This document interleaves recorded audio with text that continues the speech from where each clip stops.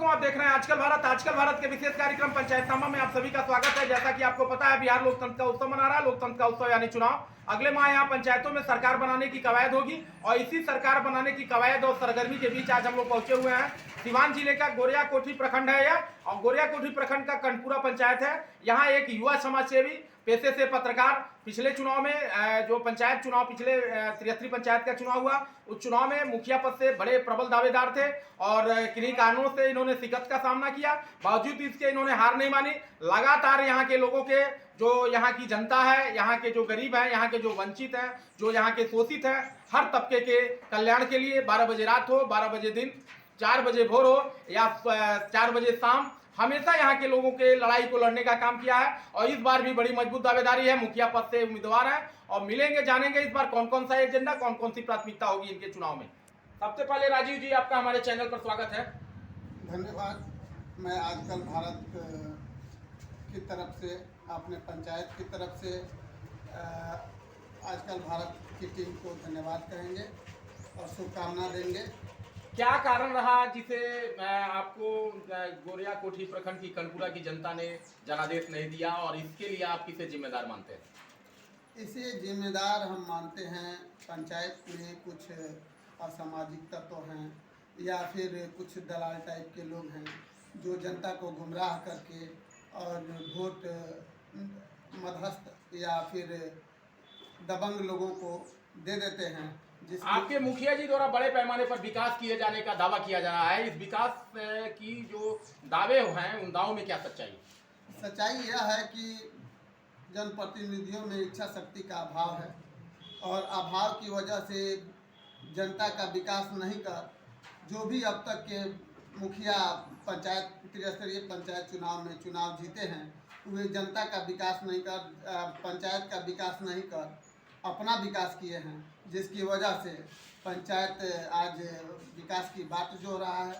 न वहाँ पंचायत भवन है, न ही वहाँ नल जल योजना का लाभ लोगों को मिला है। कुछ एक लोगों जो चिन्हित लोग हैं जो वोट देकर जो वोट में मदद करते हैं या फिर उनके अपने हैं, उनको मदद किया गया है।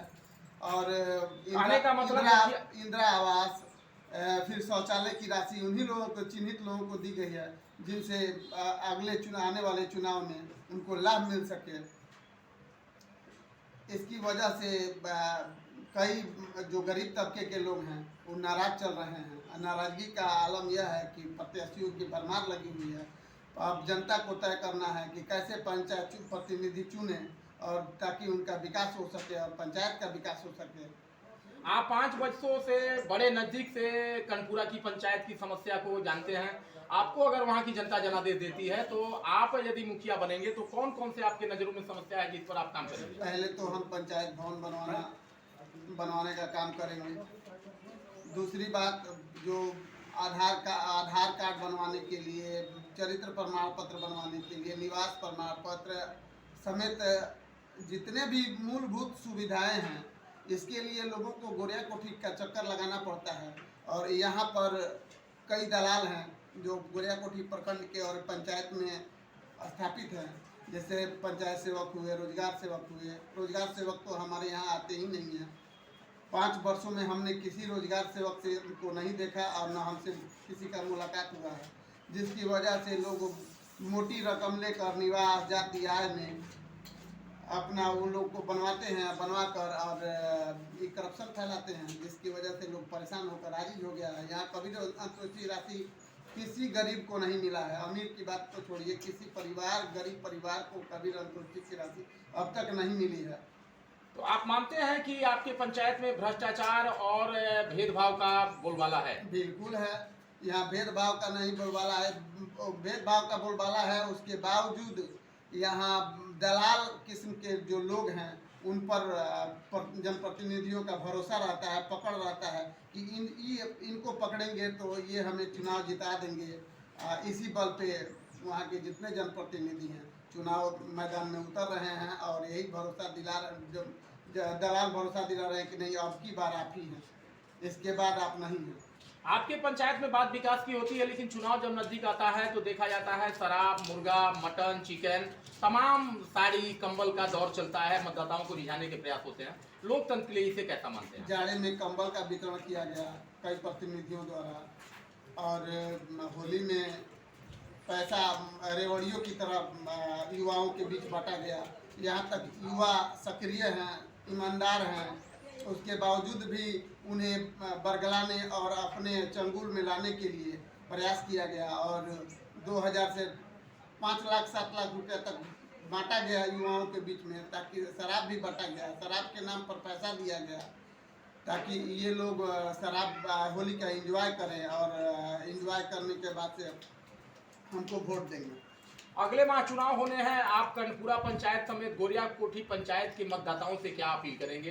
कोविड-19 चल रहा है और इस कोविड-19 के दौर में लगातार मरीज भी मिल रहे हैं। इससे बचाव और चुनाव को लेकर के आप अपने पंचायत के लोगों से क्या अपील करेंगे? मैं उन सभी जनता से अपील यही करूंगा कि दूरी बनाए रखें। कोरोना का काल चल रहा है, इससे बचाव और सबको जागरूक करें, और हम यही कामना करेंगे कि जनता ने मुझे जनादेश दिया तो मैं सर्वांगीण विकास करूंगा, सबकी समस्याओं को दूर करने का प्रयास करूंगा, और मैं नेता नहीं बेटा बनकर काम करने का काम करूंगा। परिचय दे दीजिए अपना। राजीव कुमार मिंटू, कर्णपुरा पंचायत, सिवान।